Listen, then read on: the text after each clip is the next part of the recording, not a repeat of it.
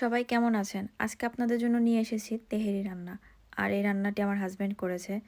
আর খেতে খুবই অনেক বেশি মজা হয়েছে। এজন্য আপনাদের সাথে রেসিপিটা আমি শেয়ার করছি। রান্নার জন্য প্রথমে আমি বড় সাইজের ২ টা পেঁয়াজ নিয়েছি। আর এই পেঁয়াজগুলোকে সুন্দর করে ছেলানোর পরে তারপরে কুচি, কুচি করে কাটা হয়।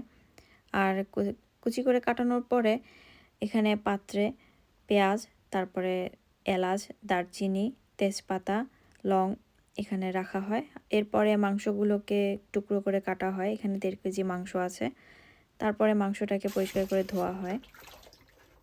এরপরে চুলায় পাতিলে পেঁয়াজ, তেজপাতা, এলাচ, লবঙ্গ, দারচিনি আর ১.৫ চামচ লবণ দেওয়া হয়। তারপরে এর মধ্যে গরুর মাংস দেওয়া হয় সবটুকু। গরুর মাংস দেওয়ার পরে ১.৫ টেবিল চামচ আদা বাটা আর ১.৫ টেবিল চামচ রসুন বাটা দিয়ে দেওয়া হয়। তারপরে এর উপরে জিরা দেওয়া হয়। এখানে পরিমাণ মতো জিরা দিয়েছে। তারপরে চারিদিকে ১ গ্লাস পানি দিয়ে দেয়। আর এর উপরে ১ চামচ হলুদের গুঁড়া দেওয়া হয়। যারা হলুদ পছন্দ করে না তারা হলুদ না দিলেও পারবেন। তো এরপরে এটাকে সুন্দর করে ঢেকে দেওয়া হয়। আমরা কিন্তু কোনো তেল এখনও ব্যবহার করিনি আর এটা নাড়াচাড়াও করিনি। যখন ঢাকনাটা উঠিয়ে দেখব একটু বলক হচ্ছে তখন আমরা এই রান্নাটা একটু নাড়াচাড়া করব। নাড়াচাড়া করার পরে আবার ঢেকে দিব। ঢেকে দিয়ে বেশ কিছুক্ষণ পরে আবার একটু তুলে আবার নাড়াচাড়া করব যাতে নিচের দিকে লেগে না যায়। নাড়াচাড়া করার পরে এটা ভালো করে ঢেকে দিয়ে রাখবো। আর এখানে আমি রাঁধুনি তেহেরি মশলা ব্যবহার করেছি। এরপরে এখানে পুরা প্যাকেটটাই আমার হাসব্যান্ড দিয়ে দেয় মশলাটা। দেওয়ার পরে খুব ভালো করে আবার নাড়াচাড়া করে যাতে মশলাটা পুরাটা মিক্সড হয়ে যায় মাংসের সাথে। এরপরে এখানে ১ কেজি চাল নেওয়া হয়েছে। এখানে চালটাকে খুব ভালো করে পরিষ্কার করে ধোয়া হয়। ধোয়ার পরে এখানে মাংসটা বারবার একটু নাড়াচাড়া করতে হয় কারণ নিচের দিকে যদি লেগে যায় তাহলে পোড়া পোড়া গন্ধ আসবে। এরপরে রান্নাতে আমরা তেল দিই। তেলটা এখন আমরা ব্যবহার করছি। এখানে পরিমাণ মতো তেল দেওয়ার পরে আবার খুব ভালো করে নাড়াচাড়া করা হয়। এরপরে এখানে একটা তেঁতুল দেওয়া হয়। আর তেঁতুলটা দেওয়ার পরে আবার একটু ভালো করে নাড়াচাড়া করা হয়।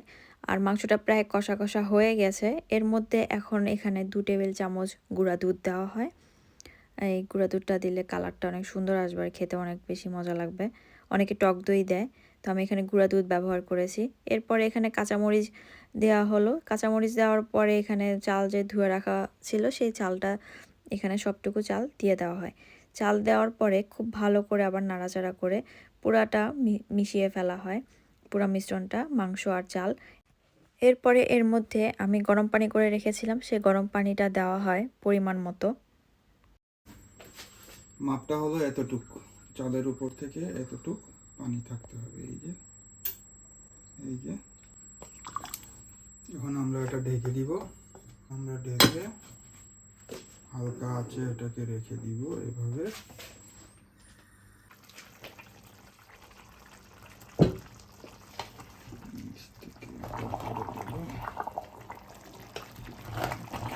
মিক্স করে দিতে হবে।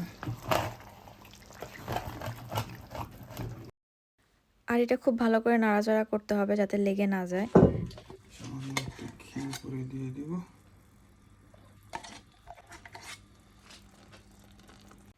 ঘি দেওয়া হয়ে গেলে ঢাকনা দিয়ে আবার ঢেকে দিব। এরপরে দমে রাখতে হবে কিছুক্ষণ। ওকে, চতুর্দিক দিয়ে তার ইয়াটা পাবে, তাওয়া গরম হবে। সো এটা পুরো নিচে যায় আসে পাওয়ার পাবে। বেশ কিছুক্ষণ পর ঢাকনাটা উঠিয়ে আবার একটু নাড়াচাড়া করি কারণ উপরের চালগুলো যাতে নিচে যায় আর নিচেরগুলো উপরের দিকে আসে আর পাতিলে যাতে লেগে না যায়। তো এই জন্য খুব ভালো করে নাড়াচাড়া করে আবার ঢেকে দেওয়া হয়। এরপরে আমাদের তেহেরি রান্না শেষ হয়ে যায় আর আমরা এখন প্লেটে তুলে নিচ্ছি খাবার জন্য। আর এইভাবে তেহেরি রান্না অনেক বেশি মজা। আপনারা অবশ্যই বাসায় বানাবেন আর আমাকে কমেন্টে জানাবেন কেমন হয়েছে। সবাই আমার চ্যানেলটাকে সাবস্ক্রাইব করবেন। ধন্যবাদ সবাইকে।